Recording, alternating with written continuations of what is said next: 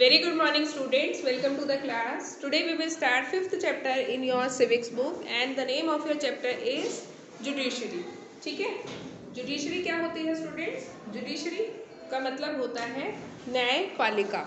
ठीक है, न्यायपालिका मतलब जो भी हमारे जितने भी कोर्ट है, सुप्रीम कोर्ट है, हाई कोर्ट है, डिस्ट्रिक्ट कोर्ट है, ये सब आप मिलके हमारी न्यायपालिका को चलाते हैं, न्याय प्रणाली को चलाते हैं.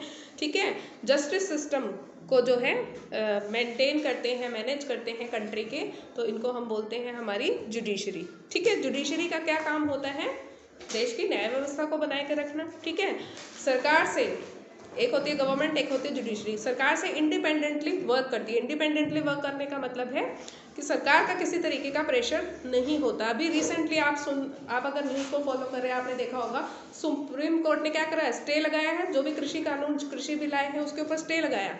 सरकार ने तो नहीं लगाया, किसने लगाया? सुप्रीम कोर्ट ने. इसका मतलब क्या है? सरकार के काम से इंडिपेंडेंट रहता है जुडिशरी का काम. ठीक है, सरकार ना तो उसको रोक सकती है, सरकार ना ही उसको इंटरफेयर कर सकती है जुडिशरी के काम में. ठीक है, तो इसलिए हम कहते हैं जो जुडिशरी है हमारी, वो इंडिपेंडेंटली, आज़ादी से काम करती है. ठीक है, ना तो सरकार का कोई प्रेशर होता है उसके ऊपर, ना ही कोई इन्फ्लुएंस होता है. So open your civics book, page number 54. This is your chapter.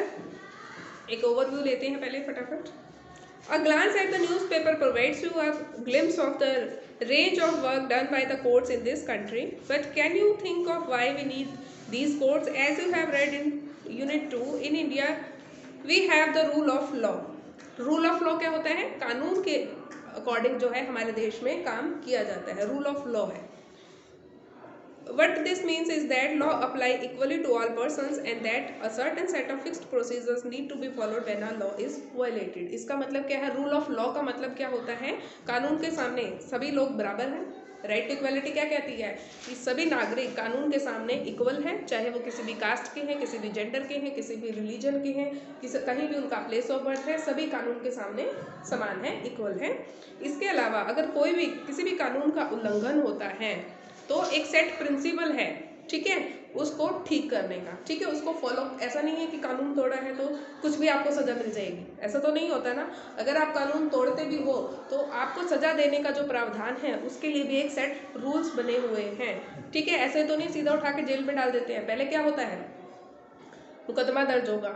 ठीक है, उसके बाद कार्रवाई होगी, इंक्वायरी होगी, कोर्ट में जाएगा मुकदमा. ठीक है, अब बहस होगी, आपके पास भी अधिकार होगा अपने पक्ष में बोलने का. ठीक है, उसके बाद फाइनली जब अगर जज को लगेगा कि हाँ आप कन्विक्टेड हो तो आपको सजा मिलेगी. ऐसा तो नहीं है एकदम से ही आपको सीधा, मर्डरर को भी नहीं डाला जाता सीधा फांसी पे तो नहीं लटकाया जाता ना. एक मतलब एक सेट ऑफ प्रोसीजर है जिसको फॉलो करना होता है. अगर कहीं कानून का उल्लंघन भी होता है तो भी उसका पता लगाने के लिए पूरे सेट ऑफ प्रोसीजर को हमें फॉलो करना होता है.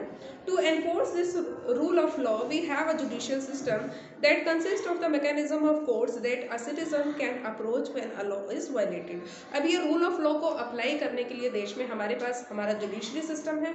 अगर आपको लगता है कि आपके किसी भी कानूनी हक का उल्लंघन हुआ है तो आप कानून का दरवाजा खटखटा सकते हैं, कानून की जो है मदद ले सकते हैं. As an organ of government the judiciary plays a crucial role in the functioning of India's democracy. Bharat की जो डेमोक्रेसी है उसकी फंक्शनिंग में एक बहुत इंपॉर्टेंट रोल प्ले करती है judiciary. It can play this role only because it is independent. अभी हमने ये डिस्कस किया कि जुडिशरी क्या है, इंडिपेंडेंट है, इसलिए ये इतनी एफिशिएंटली अपना रोल प्ले कर पाती है. What does an independent judiciary mean? क्या मतलब है? समझ में आया आपको? इंडिपेंडेंट कैसे हम बोल रहे हैं बार बार? इंडिपेंडेंट है जुडिशरी का मतलब क्या है? सरकार का ना इसके ऊपर इन्फ्लुएंस है और ना ही सरकार का इसके ऊपर किसी तरीके का प्रेशर है. ठीक, उसी को हम कह रहे हैं कि जो न्यायपालिका है, जुडिशरी है, वो इंडिपेंडेंट है, आज़ाद है. ठीक है, अपनी आज़ादी से अपना काम कर सकती है, ना सरकार का प्रेशर मानती है और ना ही सरकार से इन्फ्लुएंस्ड होती है. Is there any connection between the court in your area and the Supreme Court in New Delhi? क्या आपके एरिया की जो कोर्ट है और जो सुप्रीम कोर्ट है न्यू दिल्ली में, उनके बीच में कोई कनेक्शन है? In this chapter you will find answers to these questions.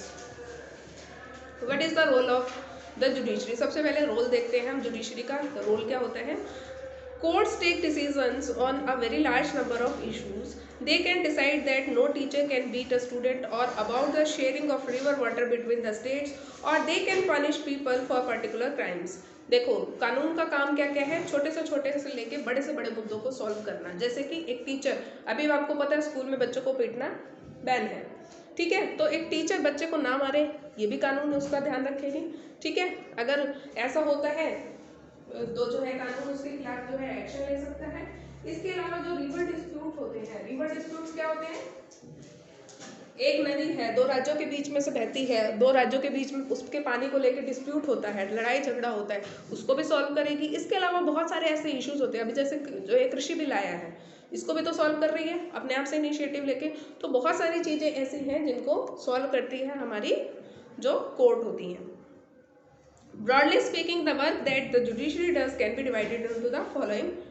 क्या अलग अलग कैटेगरी दी है इनकी। डिस्प्यूट रेजोल्यूशन, डिस्प्यूट का मतलब लड़ाई झगड़े जो होती है उनको सुलझाती है court. The judicial system provides N mechanism for resolving disputes between citizens and government. देखो अगर सिटीजन्स का, लोगों का आपस में झगड़ा है उसको सुलझाएगी, लोगों का सरकार के साथ कोई झगड़ा है उसको भी सुलझाएगी, ठीक है।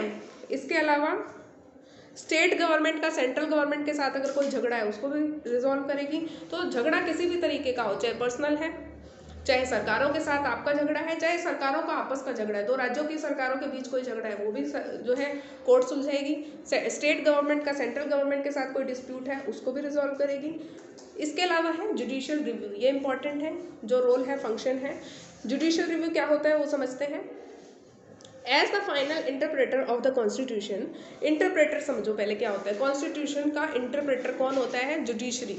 अगर आपको कोई बात समझ में नहीं आती हमारे कॉन्स्टिट्यूशन की, हमारे संविधान की, तो उसको इंटरप्रेट कौन करेगा, जुडिशरी। वो समझाएगी आपको कि इस लाइन का मतलब क्या है, समझ में आए। क्योंकि कॉन्स्टिट्यूशन की भाषा ऐसी है कि कभी कभी जो है सरकार जो है समझ नहीं पाती कि ये काम ऐसे करने के लिए लिखा गया है, इसका मतलब क्या है। तो जुडिशरी उसको इंटरप्रेट करके बताएगी, आपको समझाएगी कि कॉन्स्टिट्यूशन में ये लिखा हुआ है, इसका मतलब ये है, ठीक। इंटरप्रिटेशन का काम कॉन्स्टिट्यूशन का कौन करता है, जुडिशरी करेगा। आपको जो भी चीज़ समझ में नहीं आती कॉन्स्टिट्यूशन में, तो जो न्यायपालिका कहेगी, जो जुडिशरी कहेगी, वो आपको मानना पड़ेगा। The judiciary also has the power to strike down particular laws passed by the parliament if it believes that these are a violation of the basic structure of constitution. This is called judicial review. देखो judicial review का मतलब क्या होता है।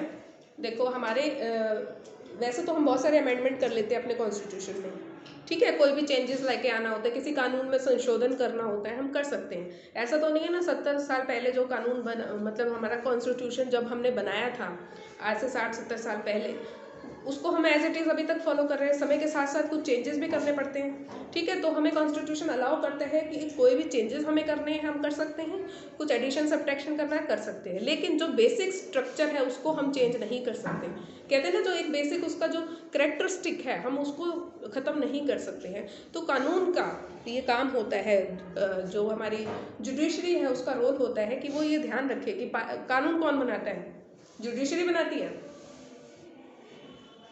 कानून कौन बनाता है देश के लिए, जुडिशरी बनाएगी नहीं। कौन बनाता है कानून, हु मेक द लॉ, सरकार बनाती है नहीं। Who make the law in our country, parliament. कौन बनाती है लॉ, पार्लियामेंट बनाती है। तो अगर जुडिशरी को लगता है कि कोई ऐसा कानून बनाया है पार्लियामेंट ने जिससे कि कॉन्स्टिट्यूशन का बेसिक स्ट्रक्चर अफेक्ट हो रहा है, बेसिक स्ट्रक्चर का मतलब है कि कोई ऐसा उल्लंघन हो रहा है, नागरिकों के अधिकारों का हनन हो रहा है या कोई प्रॉब्लम क्रिएट हो सकती है, तो उस कानून को रद्द कर सकती है। रिसेंट एग्जाम्पल अभी अभी देखा, स्टे लगाया है कृषि कानून पे सुप्रीम कोर्ट ने, क्योंकि लोग स्ट्राइक कर रहे हैं और पिछले काफ़ी समय से इस समस्या का कोई समाधान सरकार नहीं निकाल पाई है, ठीक है। तो जुडिशरी आगे आई, जुडिशरी ने बोला या तो आप स्टे लगाओ नहीं तो हम लगाएंगे। उसके बाद एक जो है समिति का गठन किया, 4 मेंबर की समिति बनाई है जो कि इसको रिव्यू करेंगे सारे मैटर को, ठीक है। 2 महीने का टाइम है, उसके बाद अपनी रिपोर्ट सौंपेंगे जुडिशरी को, ठीक है, सुप्रीम कोर्ट को, और उसके बाद डिसीजन मेकिंग होगी कि कानूनों के साथ क्या करना है, ठीक है। तो जुडिशियल रिव्यू का मतलब यही है कि कोई कानून ऐसा अगर आता है जहाँ सरकार जो जुडिशरी को लगता है कि हाँ बेसिक स्ट्रक्चर कहीं ना कहीं जो है प्रभावित हो सकता है इसका, तो उस कानून को निरस्त भी करने का अधिकार जुडिशरी को होता है। कानून नहीं बनाती है जुडिशरी, ठीक है, इम्प्लीमेंट करवाती है कानून को। अगर आपने कानून बन गया, पार्लियामेंट ने कानून बनाया, अगर उस कानून को अगर आप तोड़ते हो तो सजा देने का काम है जुडिशरी का, ठीक है। आप हेलमेट नहीं लगाते हो, ड्राइव करते हो, हेलमेट नहीं लगाते हो, तो ये कानून बनाया है पार्लियामेंट ने, लेकिन सजा कौन देता है आपको? जुडिशरी देती है ना, ठीक है।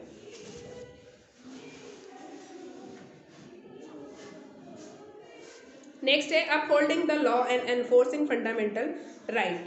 Every citizen of India can approach the supreme court और the high court if they believe that their fundamental rights have been violated.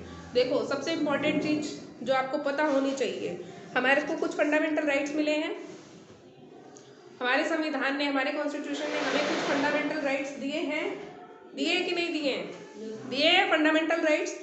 अगर आपके फंडामेंटल राइट्स का आपको लगता है वायलेशन हुआ है तो आप सीधे हाई कोर्ट या सुप्रीम कोर्ट जा सकते हैं, ठीक है।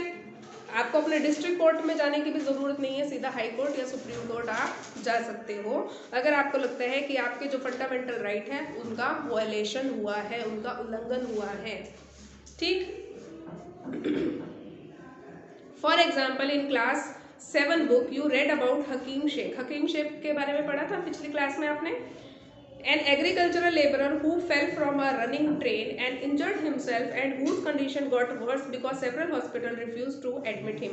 हकीम शेख क्या था? एक खेत में काम करने वाला किसान था, ट्रेन से गिर जाता है जिसकी वजह से उसको इंजरी होती है, लेकिन उसकी कंडीशन और ज़्यादा ख़राब हो जाती है जब बहुत सारे हॉस्पिटल उसको एडमिट करने से मना कर देते हैं, ठीक है। जब उसको चोट लगती है बहुत सारे हॉस्पिटल में उसको लेके जाया जाता है, लेकिन हॉस्पिटल अलग अलग उसको अलग अलग कारणों से एडमिट करने से मना कर देते हैं, जिससे उसकी कंडीशन और ज़्यादा ख़राब हो जाती है। On hearing his case, the Supreme Court ruled that Article 21, which provides every citizen the fundamental right to life, also includes the right to health. अब जब ये कोर्ट में जाता है, सुप्रीम कोर्ट क्या कहती है? हमारा जो आर्टिकल 21 है, 21 है, वो हमें राइट देता है, right to life. Right to life में हमें क्या क्या देता है?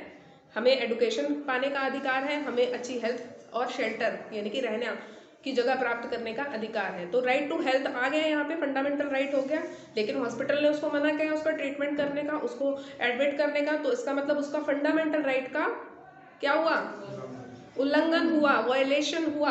इसलिए सरकार जज क्या, सुप्रीम कोर्ट क्या कहता है? क्योंकि ये फंडामेंटल राइट का वायलेशन है तो इस एक तरीके से जो है आपको सजा दी जाएगी। सजा में क्या होता है? कंपनसेशन देती है हॉस्पिटल उस पर्सन को, ठीक है।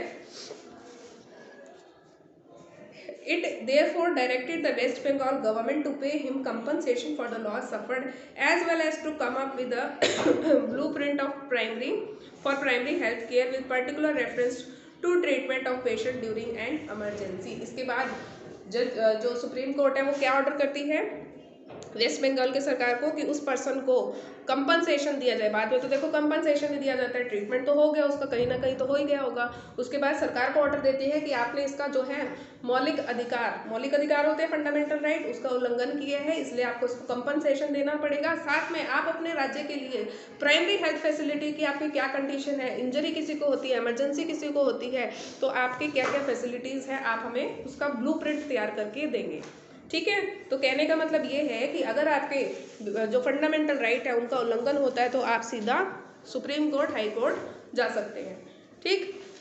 अब हम देखते हैं what is an independent judiciary. Independent judiciary का मतलब क्या है? इंडिपेंडेंट जुडिशरी का मतलब क्या होता है? देखो, बार बार अभी मैं आपको समझा रही हूँ कि वो काम करने के लिए स्वतंत्र है, ठीक है। स्वतंत्र करने है का मतलब सरकार उसको रोक नहीं सकती, सरकार उसको बाध्य नहीं कर सकती कि आपको ये डिसीजन लेना ही लेना है, ठीक है। सरकार के कितने सारे करप्शन होते हैं जिनके बारे में डिसीजन लेती है, तो क्या सरकार से डर जाती है सुप्रीम कोर्ट?